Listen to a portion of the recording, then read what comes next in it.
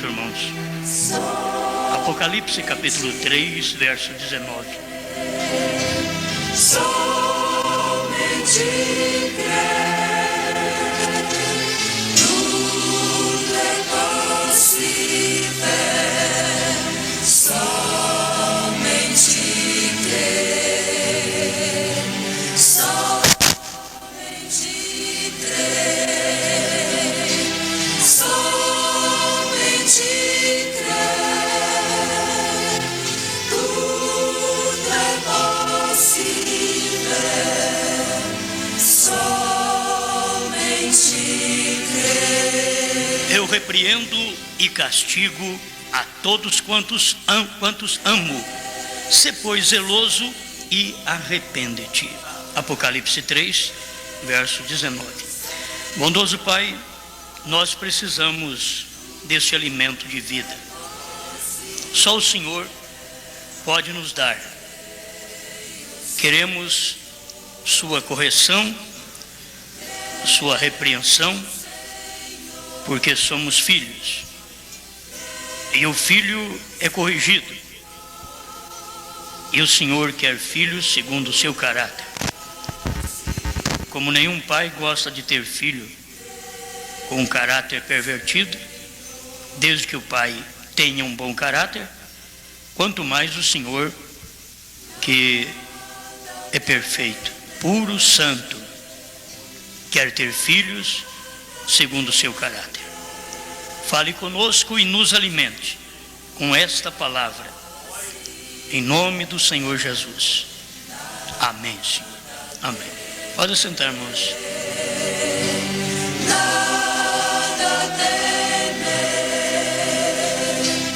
nada temer, tudo é possível.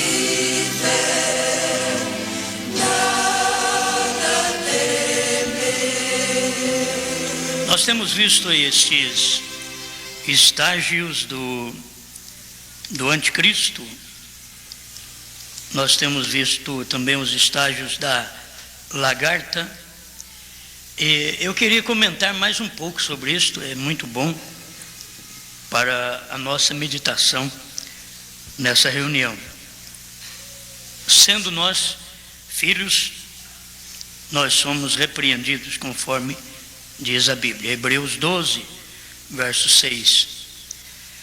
Deus nos trata como filhos. E é por isso que Ele nos repreende. É por isso que Ele nos corrige. Todos nós devemos ser agradecidos a Deus por isso, por poder sofrer uma correção. A disciplina faz bem a todo filho. E o profeta de Deus diz que Deus disciplina seus filhos, e esta disciplina para os seus súditos começa na mente, ou está na mente. Quando você é corrigido na mente, então todas as demais coisas vão dar certo, porque ali é o lugar de disciplina. Você é disciplinado, corrigido, aquilo já desce em forma de correção perfeita para a alma. Por isso começa na mente. E aqui vemos dentro desse versículo o amor de Deus. Em amor ele desejava uma família. É Laodiceia 133. Em amor Deus desejava uma família de filhos. Filhos que se parecessem a si mesmo. Eis perante ele todo o gênero humano como uma massa de barro. Fora dessa mesma massa, ele fará agora vasos para honra e para desonra. A escolha será a sua própria escolha. Isto é a escolha de Deus. É a escolha dele. Não é questão de eu querer escolher Deus. O homem não escolhe a Deus. Todo homem escolhe pecado. Se Adão escolheu, eu escolho, você escolhe, qualquer um escolhe. Quem nos escolhe é Deus. Então a sua escolha é própria, é Ele quem escolhe. Então, aqueles escolhidos, nascidos de seu espírito, então, treinados para serem conforme sua imagem, em seu modo de viver. Ele repreende com toda a tolerância, que devemos aprender, repreender com toda a tolerância, benignidade e misericórdia. Uma repreensão que ela é acompanhada de benignidade e misericórdia, a pessoa aceita, tem tolerância, benignidade, misericórdia. Aí a pessoa aceita. Deus nos repreende dessa forma. Deus nos corrige assim. Ele disciplina com as mãos, com as cicatrizes dos pregos. Se você for disciplinar alguém com a sua mão, e a sua mão estiver machucada, você saberá como disciplinar a pessoa, porque você foi ferido primeiro. O nosso Deus nos repreende, mas com mãos feridas do Calvário. Por isso, quando Ele me repreende, te repreende, me corrige, te corrige, a correção de Deus é de uma forma tremenda. Ele sabe que Ele tem ferida nas mãos. Ele não bate para matar. Ele bate para o conserto da nossa vida.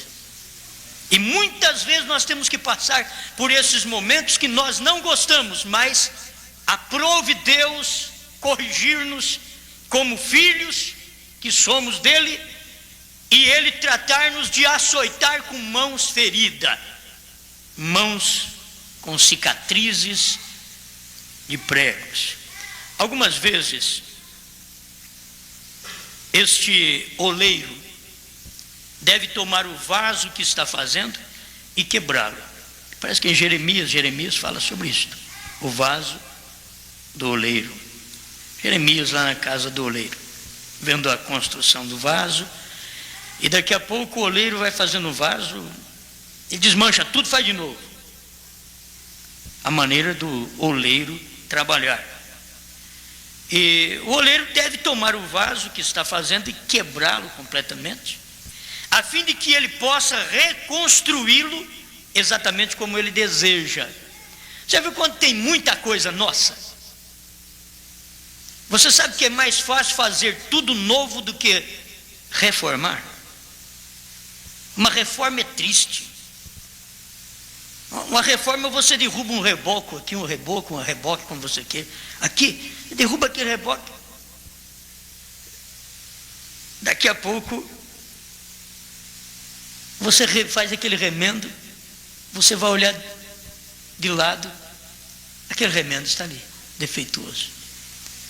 E derrubar tudo esse reboco e rebocar tudo de novo, aí fica bonitinha a parede, fica bonito. Tem hora que Deus tem que pegar nós, com tanta coisa nossa, Deus fala: eu não vou te remendar não, você vai ficar muito feio, de todo jeito você fica defeituoso, e eu não consigo ficar trabalhando com gente defeituosa e fazendo remendo. Eu não sou Deus de remendo, eu quero que você nasça de novo, tem que nascer do meu espírito. A coisa muda. Aí ele olha assim, está perfeitinho. A hora que Deus olha de um canto no outro, diz perfeito, de um canto no outro, perfeito. A hora que ele olha tudo perfeito, diz: agora é hora, agora eu posso trabalhar através de você. Porque tem hora que nós mesmos entortamos e Deus precisa nos endireitar. Ele precisa nos endireitar. E nós entortamos coisa que Deus fez na nossa vida. Aí ele precisa talvez quebrar-nos um pouquinho, aí colocar nós no lugar. Aí ficamos bonitinhos, fica perfeito. Assim o oleiro quebra o vaso todo, faz de novo. Agora isso daí diz o profeta que é amor. É amor isso. Quebrar, fazer de novo. É amor. Este é seu amor. Outro caminho para o seu amor não há. É correção. O amor de Deus é corretivo. Então deixa Ele pegar, trabalhar e corrigir e acertar a nossa vida de acordo com a vontade dEle. Ó pequeno rebanho, não temas. esta era está se encerrando rapidamente. A era de Laodiceia, quando ele estava pregando, ele disse, está se encerrando rapidamente. Enquanto ela passa, aqueles joios serão amarrados juntos. E como a corda tríplice não é facilmente arrebentada, eles terão uma tremenda força política, física e espiritual satânica. E eles procurarão destruir a noiva de Cristo. Ela, a noiva, sofrerá, porém prevalecerá. Não temas você, não tenha você temor daquelas coisas que virão sobre a terra, porque tendo amado os seus que estavam no mundo, amou-os até ao fim. São João 13, verso 1. E aí, sê pois zeloso e arrepende-te. Como a gente precisa dar graças e ver Deus corrigindo, açoitando, disciplinando. Mas tem hora que não é bom. Nenhuma correção no presente parece ser boa, diz São Paulo. Mas depois, no final, você vai ver que vai resultar. Porque você teve que passar por aquilo para chegar ao aperfeiçoamento. Tem que passar por aquilo. Tem hora que a gente tem que sofrer um pouquinho para chegar lá. Esse evangelho que os crentes estão pregando, não sofra mais, e que Jesus só quer coração, e não mostra que o crente é como Jesus disse, no mundo tereis aflições. Ninguém pode mudar isso, gente. Jesus nunca disse vocês vão viver uma vida boa no mundo. Jesus disse, no mundo tereis aflições. Esse tem que ser o evangelho que o verdadeiro pregador tem que semear. Essa é a palavra. Outra palavra é besta. Ela não é de Deus, ela é da besta. Porque a palavra de Deus, quando você a semeia, tem que semear do jeito que ela é, porque ela vai produzir segundo a sua semente, segundo a sua natureza. Ela não pode produzir diferente. E quando Deus semeou, foi quando ele disse, no mundo tereis aflições, tende bom ânimo, eu venci o mundo. Então o crente simplesmente enfrenta esse mundo, sabendo, mundo, eu vou te enfrentar por um motivo, porque você já está vencido. Não por mim, não por minhas obras, não por minhas orações, não por minha dedicação, não por minha leitura, não por minha assiduidade na igreja, no trabalho, não, você já está vencido, mundo, porque Cristo diz, eu já venci. E não é questão de você pensar assim, ó, Jesus venceu e eu vencerei. Ele já venceu. Eu estou encarando um mundo que Cristo já venceu por mim, porque eu não consigo vencer esse mundo. É Cristo que já venceu por mim. Então, para eu continuar encarando esse mundo, eu tenho que trazer Cristo dentro de mim, porque esse Cristo já venceu o mundo. E a hora que eu olho para o mundo vê Deus olhando para ele. A hora que você olha para o mundo vê Deus olhando para ele. Ele diz, não vou mexer com isso não. Amém? Aleluia. Agora, esta falsa igreja, a falsa igreja tem zelo. Não se engane acerca disto. Seu zelo tem sido literalmente o mesmo dos judeus. São João 2,17. O zelo de tua casa me consumirá. Porém, este é um zelo errado. É para a casa de sua própria edificação. É para seus próprios credos, seus dogmas, organizações e sua própria justiça. Eles têm lançado fora a palavra de Deus para dar lugar às suas próprias ideias. Eles depuseram o Espírito Santo e colocaram homens como líderes. Eles têm posto de lado a vida eterna como uma pessoa e substituído-a por obras, por boas obras, ou mesmo conformidade com a igreja ao invés de boas obras. Parágrafo 136, Laodiceia. Isso aqui eu gosto. Mas Deus está pedindo outro zelo. é o zelo para clamar: eu estou errado.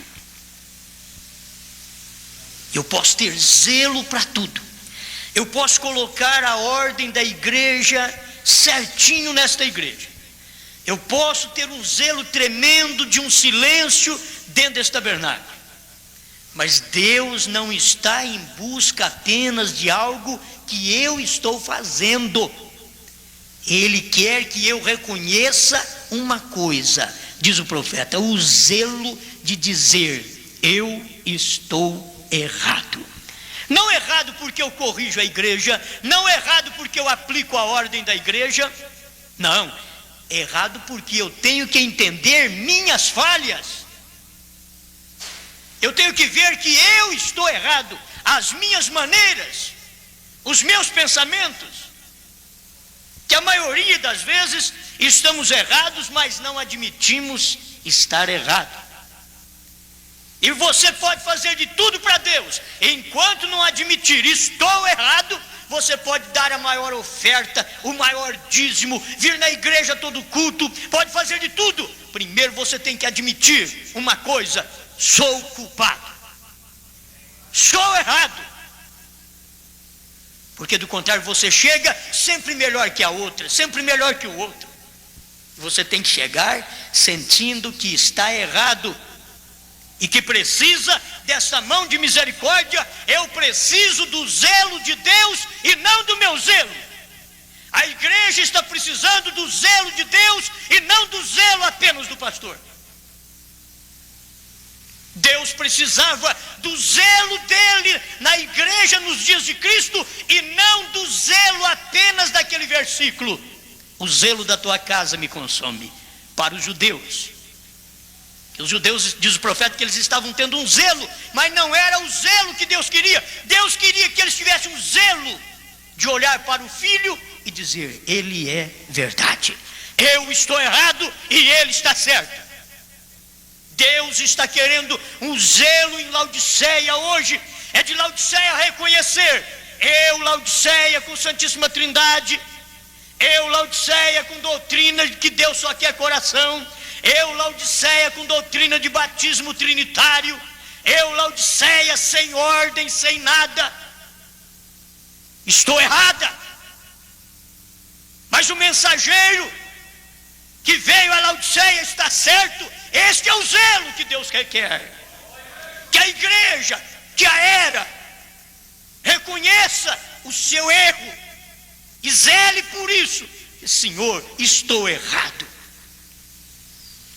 Deus está pedindo outro zelo, é o zelo para clamar: eu estou errado. Ora, quem é que vai dizer que está errado? Sobre o que estão baseadas todas essas denominações? Sobre a pretensão de que elas são certas. Que elas são certas. Ora, todas elas não podem ser certas. De fato, nenhuma delas é certa, diz o Elias. Elas são sepulcros brancos, cheios de ossos de homens mortos. Elas não têm vida, elas não têm vindicação. Deus nunca se fez conhecido a qualquer organização. Elas dizem que estão certas, porque são elas que estão dizendo. Mas dizer não significa fazer-se tal. Apocalipse 3, Laodiceia diz: rico sou e estou enriquecido e de nada tenho falta. Isso não quer dizer que por ela dizer que é rica, que ela é rica de Deus. Ela é rica, mas é rica de bens naturais. Ela é rica, mas ela é rica de homem seminarista. Ela é rica, mas de trinitarianismo. Ela não é rica da palavra. E aí Deus prossegue dizendo: e não sabes que és pobre, cega e nua. Apocalipse 3,14 em diante. Leia para você ver. Elas necessitam do assim diz o Senhor, e elas não o têm. O assim diz o Senhor é um profeta. É onde que Laodiceia tem o assim diz o Senhor. Para ter o assim diz o Senhor, você tem que ter primeiro a palavra.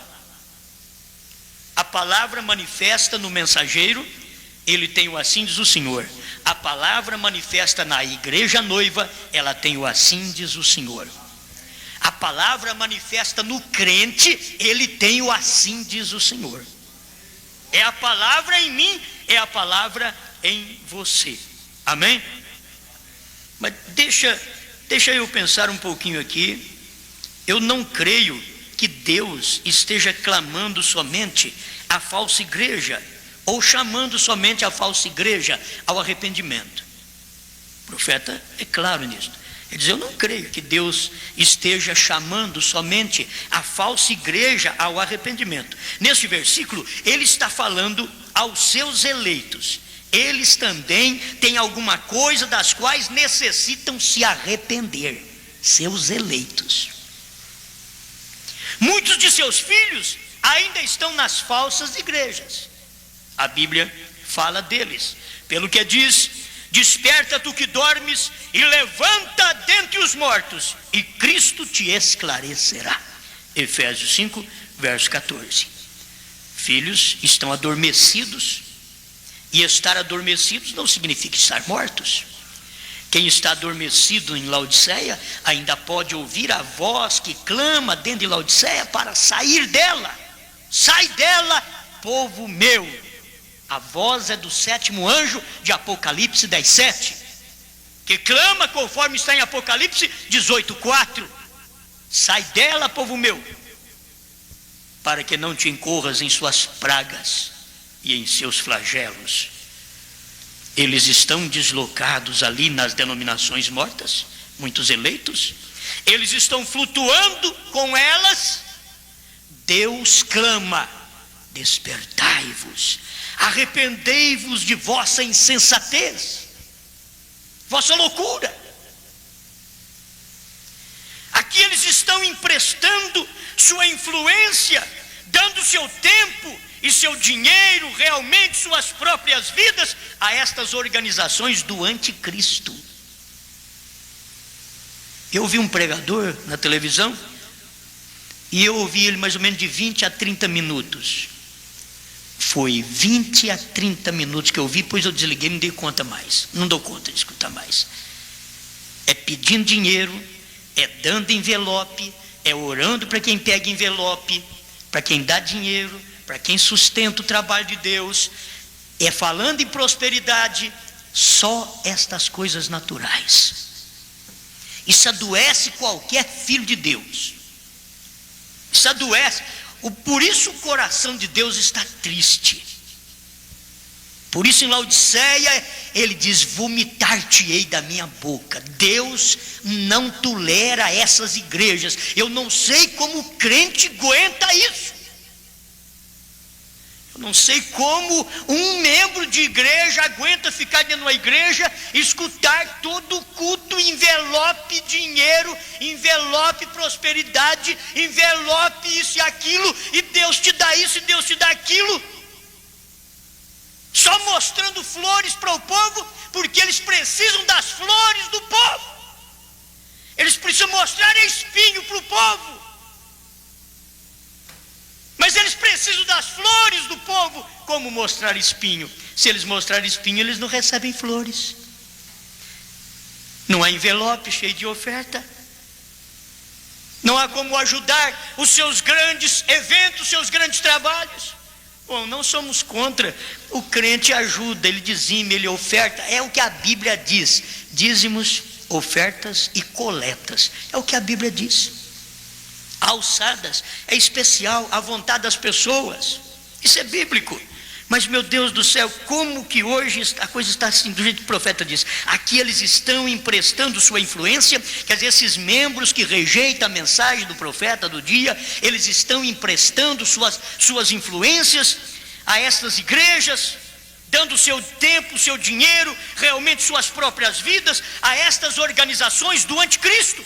E todo este tempo pensando que estão certos. Eles necessitam de arrepender-se. Se João Wesley clamou a Deus, dizendo: eu preciso de perdão, preciso do arrependimento, eu preciso da sua misericórdia, quanto mais cada um de nós precisamos. O homem vivia uma vida de santidade. Mas quanto mais você vive em santidade, mais santidade você quer ter. Mas quando começa a viver em imundícia, mais imundícia quer ter. Porque um fundo clama outro fundo. O fundo da imundícia chama a imundícia, e o fundo de santidade chama a santidade. O fundo de oração chama a oração. O fundo de leitura da Bíblia, de assiduidade nos trabalhos de Deus, chama mais estudo da Bíblia e assiduidade nos trabalhos. Mas o desleixo faz você separar-se mais. E é um fundo clamando: pare de orar. É um fundo clamando, porque já não ora, então tem que ter um fundo dizendo: para que oração? Já não estuda, tem um fundo dizendo: para que estudar mais? Bíblia sagrada. Por isso Laodiceia diz que é rica, ela não precisa de mais nada, e ela não sabe que é nua e infeliz, miserável, diz a Bíblia, Apocalipse 3, verso 17 em diante. Eles devem se arrepender, eles carecem de uma mudança de mente e voltar para a verdade. A verdade é a palavra.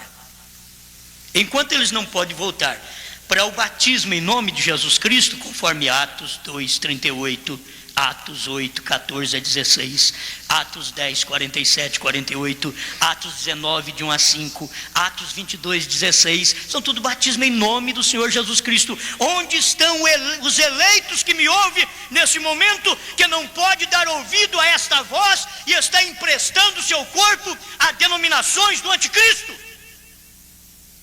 Seu corpo, seu talento, seu trabalho, sua força, suas orações ao trabalho do anticristo.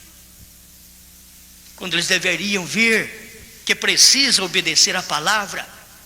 Mateus 17:11 precisa ser revisado por cada crente, e ele revisar aquilo uma e outra vez, ler uma e outra vez, e ver o sentido da palavra. Eis que eu vos envio o profeta Elias. Revisar Malaquias 4:5. Eis que eu vos envio o profeta Elias, antes que venha o dia grande e terrível do Senhor. Mateus 17:11. Revisar, ler, revisar outra vez. Elias virá primeiro. Então tem que ter um Elias primeiro. Elias virá primeiro e restaurará todas as coisas. João Batista não restaurou. É o Elias de Mateus 17:11 que vai cumprir Atos 3:19 a 21. E convém que o tempo, que os céus contenha, até o tempo da restauração de tudo o que Deus falou pela boca de todos os seus santos profetas. É este. Se revisasse as Escrituras e cumprisse essas Escrituras. Mas você que é um eleito que me ouve, dentro de um sepulcro branco desse daí, você vai ainda reconhecer e sair, porque você não está morto, você está dormindo. E eu estou dando um aviso para você: desperta, tu que dormes. Esta mensagem é um chacoalhão. Sabe quando você está dormindo assim, que alguém chega, chacoalha e você acorda? Mas se você estiver morto, essa mensagem te rola para lá e para cá, e você não pode acordar, porque está morto, está morta. Mas se está dormindo apenas, se está dormindo em Laodiceia, se está dormindo apenas no batismo trinitariano, se está dormindo na falsa doutrina, agora eu vou só te dar um cutucãozinho, você vai acordar, que você está dormindo. Mas se não está dormindo, se já morreu, meu irmão, se já morreu, minha irmã, você nunca desperta com este cutucão que estamos dando. Desperta, tu que dormes, sai dela, povo meu. Dar um grito desse assim dentro do quarto, o indivíduo dormindo, ele tem que acordar logo. Mas se você estiver no necrotério e dizer: sai dela, povo meu, o defunto fica do mesmo jeito. O defunto fica do mesmo jeito. Ele não acorda, porque está morto. Mas se estiver só dormindo, você pode acordá-lo ainda, pode despertá-lo.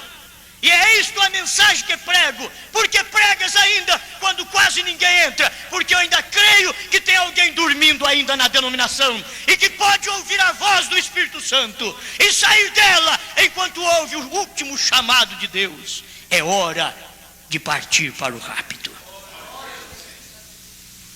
Sim, esta é a era que mais necessita de se arrepender. Porém, ela o fará? Ela trará de volta a palavra? Ela entronizará novamente o Espírito Santo na vida dos homens? Ela reverenciará Cristo novamente como o único Salvador? Ela não o pode, porque o verso seguinte declara alarmante e chocante verdade quanto à conclusão desta era: Cristo fora da igreja. Se ele está fora, ela não pode ouvi-lo.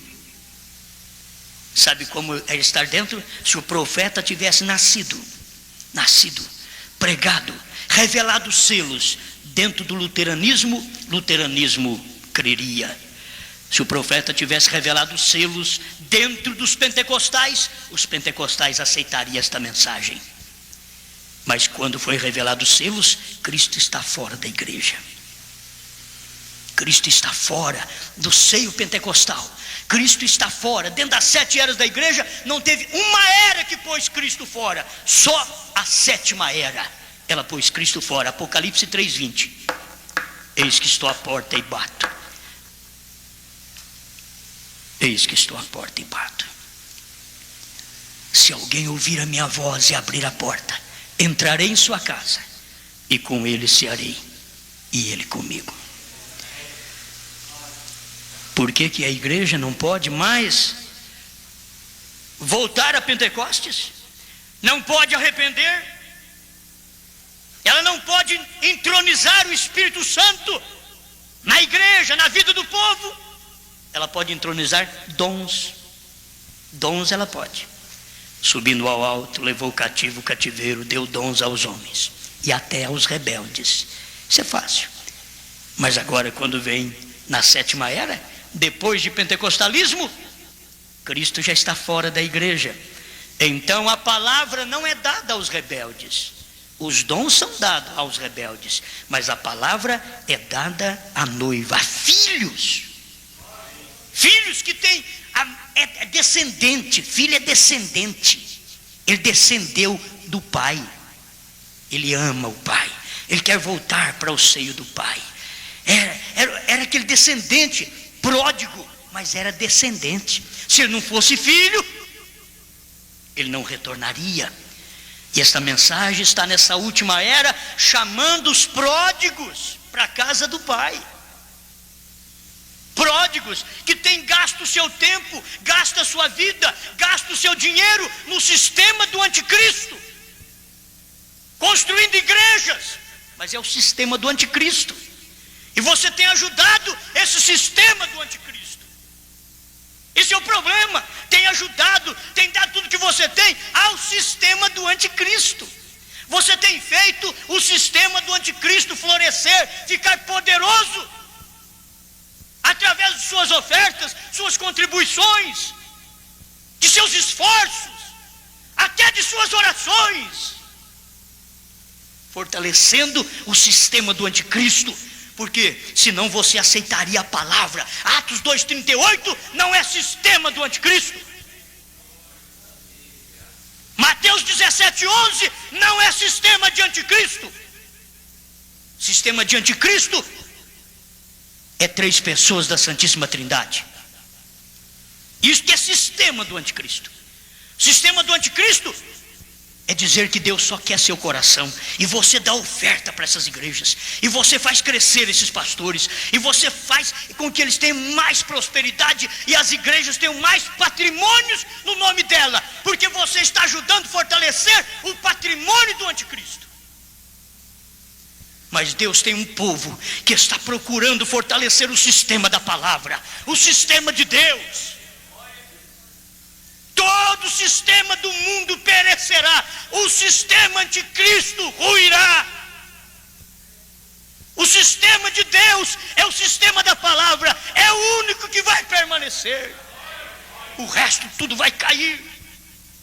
Qualquer dia você, crente, que dá sua oferta, seu dízimo, seu esforço, sua oração, sua assiduidade na igreja, todo culto, e 9 horas, e 10 horas, e 3 da tarde, e 7 da noite, 3, 4 cultos por dia, e você sustentando o sistema do anticristo, pensando que está sustentando o trabalho de Cristo.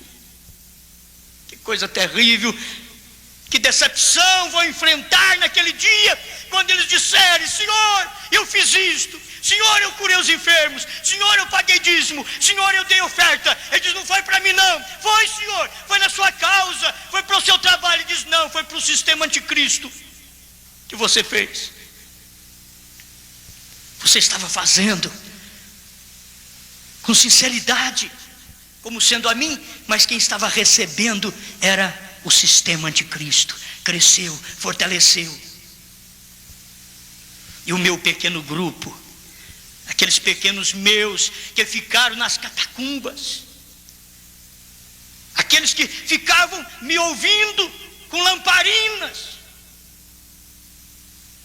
às escondidas, falando no meu nome, este era o povo meu.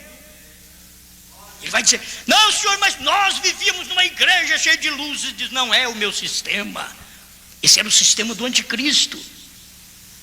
A nossa igreja, Senhor, era tão bonita, tão bela, luzes por todo lado, mulheres bem vestidas, homens bem vestidos, coro bem ensaiado, conjunto, uma maravilha de conjunto. Ele diz: não era meu. Éden satânico. É o período que o povo não percebe. O Éden de Deus é simplicidade, o Éden de Deus é humildade, o Éden de Deus é a palavra na manjedoura, o Éden de Deus é isso hoje. Mas o Éden de Satanás é grandeza, é popularidade, é pompa. Esse é o Éden de Satanás. Mas aqui está um chamamento de Deus, Deus conclamando: arrepende-te. Sabe o que me veio? Deixa eu reprisar um pouquinho esses cultos anteriores, só um pouquinho. O período da lagarta foi o anticristo. E sabe o que o anticristo fez? Era um espírito religioso. Você vai em Apocalipse capítulo 2, Apocalipse 2, você vai ver ali o que foi que a lagarta fez em Apocalipse capítulo 2, verso 4. Tenho, porém, contra ti que deixaste a tua primeira caridade, teu primeiro amor, fruto do Espírito. A lagarta comeu na primeira era da igreja. A lagarta come o fruto, e ela comeu o amor, o fruto do amor, na primeira era da igreja. A lagarta comeu aquele fruto. Logo veio o gafanhoto e tirou aquela unidade, aquele companheirismo entre eles. Eles perderam a força, eles perderam aquele poder que eles tinham, porque perderam o amor. Quando o casamento perde o amor, perdeu o lar. Entende? Perdeu o amor, perdeu a casa. Quando perde o amor, a mulher não tem, ela sai de casa, larga 4, 5, 10 filhos e sai com outro homem. Ela não importa, ela perdeu o amor por aquele homem dela, pelo marido dela. Ela perdeu o amor, acabou. Ela sai, aquele marido, ele larga a mulher chorando com 3, 4, 10 filhos e vai embora. Ele perdeu o amor daquela mulher, e aí ele não respeita mais o amor pelos filhos, pelas crianças, pelos inocentes, porque ele perdeu o amor pela própria esposa. Ele vai embora, ele larga tudo. E a igreja primitiva fez isso. Ela começou no fogo do Pentecostes, falando língua estranha, expulsando demônios, curando enfermos. Mas quando ela chegou nessa condição, ela já tinha perdido o seu primeiro amor. Em Apocalipse 2,4, ela perdeu o seu primeiro amor. E Deus diz: tenho, porém, contra ti que abandonaste o teu primeiro amor. A lagarta tinha comido. O gafanhoto tirou o companheirismo da igreja com a palavra. E aí foi fácil para a locusta começar no ano 325. Aí a locusta começou no ano 325. E o profeta diz, na restauração da árvore noiva, que parágrafo 245, ele diz: a locusta é responsável pela doutrina. Então ali foi que ela mudou a doutrina. Não foi mudada a doutrina quando a lagarta, se vocês notaram, eu quero que vocês notem uma coisa, meu tempo vai se dar, eu quero que vocês notem uma coisa: a lagarta, gafanhoto, locusta e pulgão é um inseto só. É um só. Ele muda de etapa. Ele é lagarta na primeira etapa, na segunda etapa é a mesma lagarta, mas ele é gafanhoto. Na terceira etapa é a mesma lagarta, mas agora ele é locusta. Na quarta etapa é aquela mesma lagarta, só que agora ele é pulgão. Ele foi se fortalecendo, robustecendo, foi robustecendo, até que ele chegou como pulgão. Entende? E aí ele destrói. Ele destrói. Ele não destrói tanto quando ele só tira o amor, deixa um frio, um indiferente, um para com o outro, um para com o irmão, para com o irmão, a igreja para com o pastor para com a igreja, marido e mulher ficam indiferentes, aquilo ali, a lagarta comeu o amor. Aí tira o companheirismo, já não tem contato um com o outro, já não tem vontade de conversar um mais com o outro, porque tem hora que o homem conversa demais e mulher não quer escutar, e mulher conversa demais e o homem não quer escutar.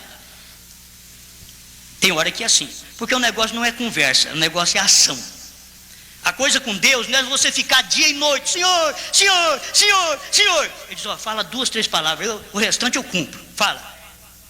Mas esse negócio você fica repetindo a vida inteira. Tem igreja aí que repete, o Senhor, volta o Senhor, aqui a repetição. A Bíblia diz, longe de vós, vã repetições. Não useis de vã repetições em vossas orações. Eles fazem a mesma coisa. Isso daí é exatamente da igreja mãe, não do Pentecoste, de Niceia. Mas eu quero, note bem isso daqui, irmãos. Quando ele começou como anticristo, ele estava num cavalo branco. E é o mesmo cavaleiro, ele só muda de cavalo. Por isso que ele só mudava de nome. A lagarta mudou de nome e foi para gafanhoto. O cavaleiro, ele era o mesmo cavaleiro do cavalo branco, agora era o mesmo indivíduo num cavalo vermelho. Era o mesmo. Era o anticristo no cavalo vermelho, matando. Aí depois ele montou no cavalo negro, vendendo. Era aquele mesmo anticristo. Só que ele mudando de etapa, ele foi recebendo outro nome. Ele era anticristo na igreja primitiva. Quando a igreja perdeu o primeiro amor, ali o anticristo já estava presente. Ela perdeu o primeiro amor através da lagarta que comeu o primeiro amor dela. Então o anticristo estava presente para enganar num cavalo branco, porque o branco significa pureza, e o inimigo não é bobo, ele vem como puro, e depois ele mudou de cavalo. A hora que eles aceitaram o negócio dele em 325 depois em Niceia, 325 depois de Cristo, em Niceia, a hora que eles aceitaram a doutrina daquele cavalo branco, ele diz, agora sim, tudo é meu. Aí ele já largou aquele cavalo de lado, montou num cavalo vermelho, sacou uma espada e começou a matar com ela. E ele matou fisicamente mesmo. Ele matou fisicamente. A espada é como a espada de Deus, que dá vida, mas este tem a espada da morte. Quando ele estava, quando ele estava montado no cavalo vermelho, ele já estava na locusta, porque ali ele tinha mudado a doutrina. O batismo era em nome do Senhor Jesus Cristo, ele mudou para Pai, Filho e Espírito Santo. O povo cria num só Deus, ele falou, não, os três é um, pronto. Foi tão fácil para virar a coisa assim. Não, vocês não creem? Não? Então, três é um, agora é a Santíssima Trindade. Foi a locusta quem fez isso. Aí ele foi o falso profeta. No ano 325 ele foi falso profeta. Na igreja primitiva, quando comeu o amor, era a lagarta, comendo o amor, era anticristo. Quando chegou já na terceira era da igreja, ele era falso profeta.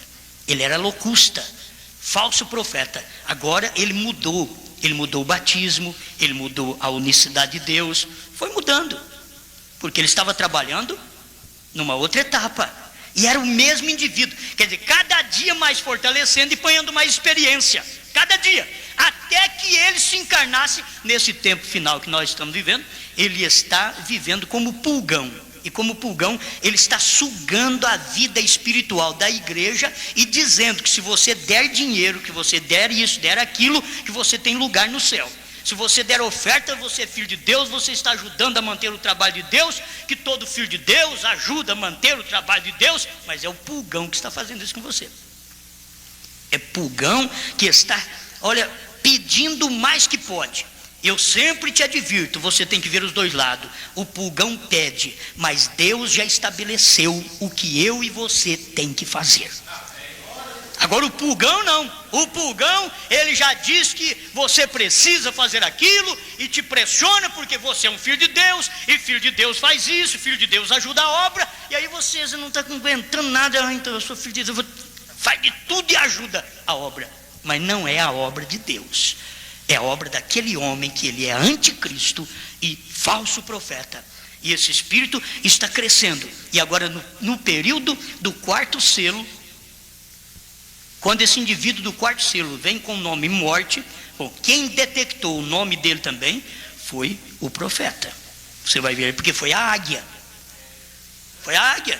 No tempo do leão, não falou nada do nome dele. No tempo do boi, não falou nada, porque o tempo do boi foi que os irmãos morreram. Boi quer dizer sacrifício, quando os irmãos estavam sendo sacrificados nas eras das trevas. Mas o tempo do boi não revelou o nome da besta. Não revelou. Logo veio o homem. O homem é astúcia. O rosto de homem em Apocalipse 4, 7 é a astúcia do homem. E ele veio e traduziu as escrituras, fez um grande trabalho, mas não pôde de maneira alguma detectar o nome. Mas quando veio a águia, que é um profeta, veio a águia, abriu o quarto selo. A hora que abriu o quarto selo, a voz diz: vem e vê. Aí a águia descreveu: está montado num cavalo amarelo e tem por nome morte, e o inferno lhe seguia, que sempre é assim. Morreu, é a tumba, o inferno que segue, é o Hades. Ah, meu Deus do céu, é exatamente isto. Morto espiritualmente, é o inferno que segue aquele que morre espiritualmente, é o inferno. Assim estava aquele ali. A águia detectou o nome. Nenhum antes pôde dizer, o nome dele é morte. Não, mas quando chegou na águia, a águia é um profeta. E um profeta já foi direto e diz: olha, esse indivíduo que vem montado nesse cavalo amarelo, dizendo: amai-vos uns aos outros, vamos todos nos unir, porque todos somos irmãos, e nós somos a igreja e melhor, a maior, temos que ser respeitada, e a nossa autoridade tem que ser vista e revisada por todas as igrejas, e tem que nos obedecer. Aí a águia veio e diz: olha, esse indivíduo que diz essas coisas, o nome dele é morte, viu? O nome dele é morte. Bom, aí o pulgão vai ficar no último, porque o pulgão, ele está agora com o nome de morte, porque ele mata. O pulgão tira a vida, o pulgão suga a vida. Então se ele suga a vida, ele mata. E é isso o que faz esse espírito do falso profeta no último dia. Está sugando o restinho que a igreja tem. E para enganar as demais, ele colocou a dele também falando língua estranha.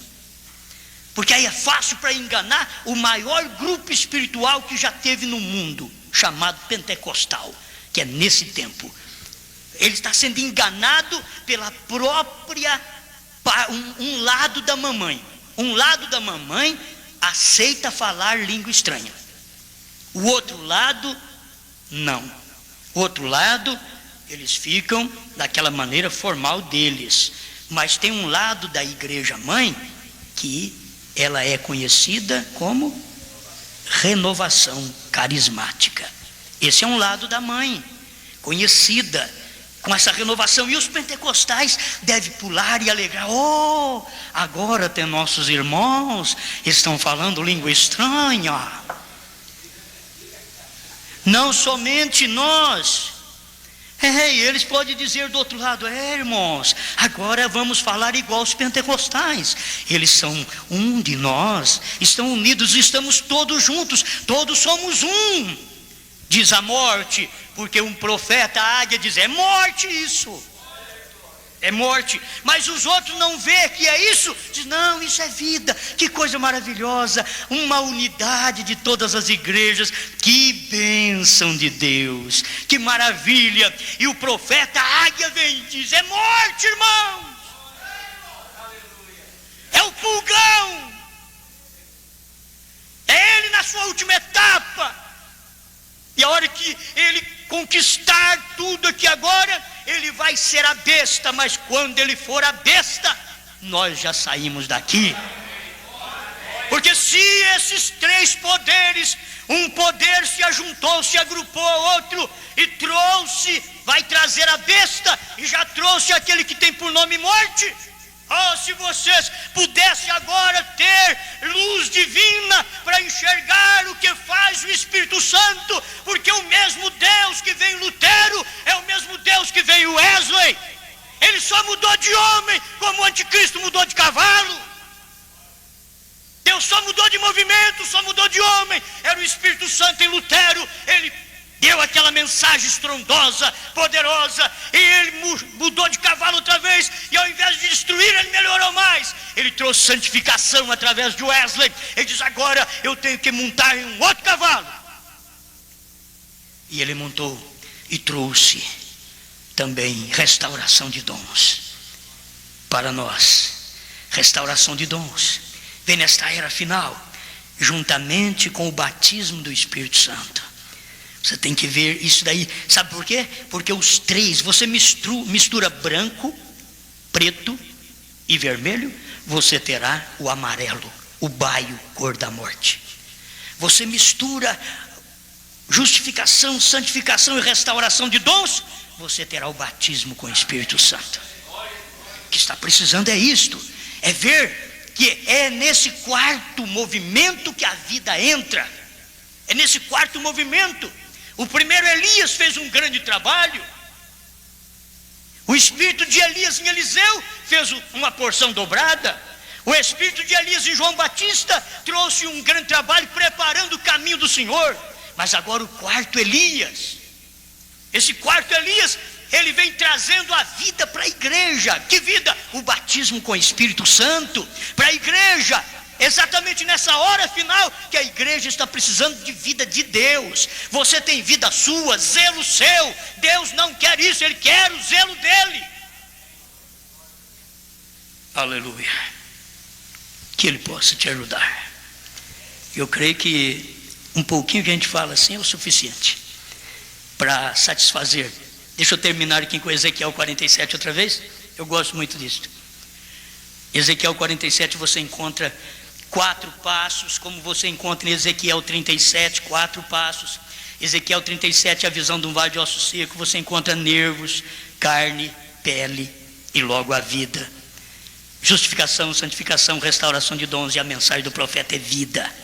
Ezequiel 47, você encontra 4 passos, águas que dava pelos artelhos, luteranismo, águas que dava pelos joelhos, wesleyanos, águas que dava pelos lombos, laodiceanos, pentecostais. Na era do Elias, águas que não se pode atravessar, porque as águas eram profundas. A mensagem do Elias é água profunda. E água profunda é lugar de peixe grande, mas peixe de Deus. É água profunda. Você vai encontrar lambari na justificação, na santificação, talvez uma traíra. Você vai encontrar ali no pentecostalismo. Pode encontrar alguma coisa a mais. Mas quando você chega nas águas profundas, você vai encontrar uma mensagem que te revela o que você não sabia. Por isso você tem que ser tão profundo quanto a mensagem é. Porque você é filho de Deus. E Deus é esta mensagem. Deus não é outra coisa. Deus não é movimento luterano, que é uma parte, wesleyano, que é uma parte, e pentecostais, que é uma parte. Deus é vida. Deus é vida, só que Ele gosta que você perceba que Ele agrega tudo, Ele ajunta tudo para formar o corpo dEle. Enquanto do outro lado a besta está juntando tudo para formar o corpo dela. Deus está juntando aqui água, sangue e vida, formando o corpo dEle. Senhor, muito obrigado pelo momento que nós passamos a regozijar em Sua presença. Por estas verdades, por vermos que vale a pena o zelo de Deus. Este é o zelo que o Senhor disse: eu quero este zelo de clamar, estou errado. Oh Pai, isso nós podemos já encontrar. E pudemos ver a mensagem para encontrar um meio de saída, não apenas dizer estou errado e continuar errado. Estou errado, mas agora encontrei a mensagem: sai fora de Laodiceia, que é um movimento errado. Saiu fora e recebeu o Espírito Santo. Continua falando conosco e nos alimentando para a glória do teu nome. Perdoe nossos pecados, enche-nos do Espírito Santo. É o meu pedido no nome do Senhor Jesus Cristo, o Filho do Deus vivo, o nosso Salvador e Deus. Amém, Senhor. Amém. Amém.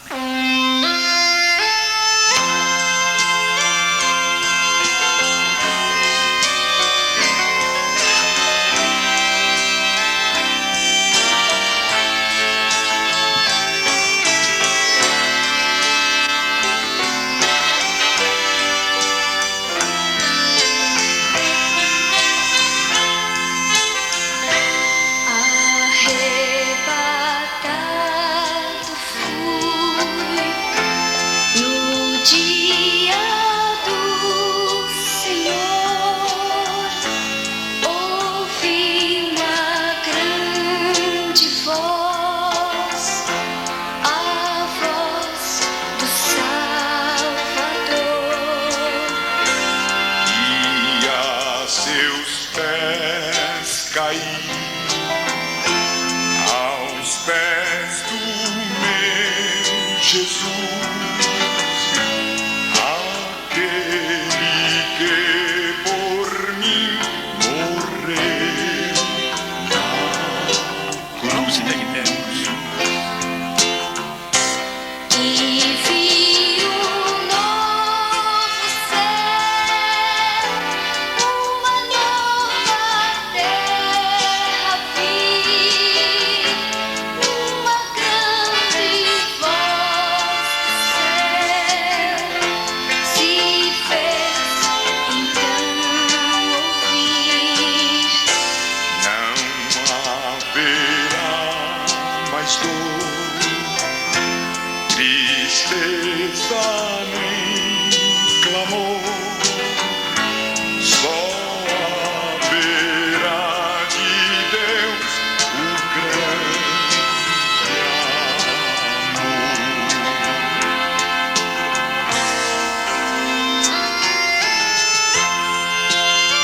Arrebatado fui no dia do Senhor. Como você poderia pensar que o dia do Senhor fosse o sábado ou o domingo? João foi arrebatado no período de 2 anos. Não é nem o sábado nem o domingo. É o dia por vir. É o dia do reino do Senhor, o milênio.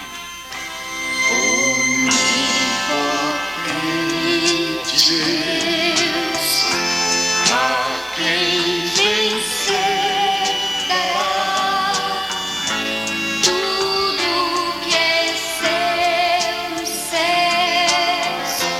tudo herdará de Deus, riquezas colossais. O Pai Tem para dar a todo que a Ele se entregar. Ele um novo céu, uma nova terra viu, uma grande voz do céu se fez então ouvir. Não haverá mais dor, tristeza nem clamor, só Haverá de Deus um grande amor. Se você ver o novo céus e a nova terra, você não poderá ver 3 deuses, 3 pessoas lá. Para ver novos céus e nova terra, você tem que ver o Pai no Filho. Aí você vai ver Ele governando no novo céus, na nova terra. No novo céus e nova terra não teremos 3 governantes, um Pai, um Filho e outro Espírito Santo. Mas teremos Jesus Cristo, o governante, e o Pai, o Espírito Santo, está tudo nele. Quem me vê a mim, vê o Pai. Vou e venho para vós, que é o Espírito Santo. Todo jeito você vai encontrar um só. É um lugar de conforto, de segurança, pensar, vou morar no novo céus e na nova terra. Não como trinitarianos, nem tampouco um pensamento só unicista. Você não chega lá também. Tem que ver e crer e viver a mensagem que Deus revela no seu dia. Deus te abençoe.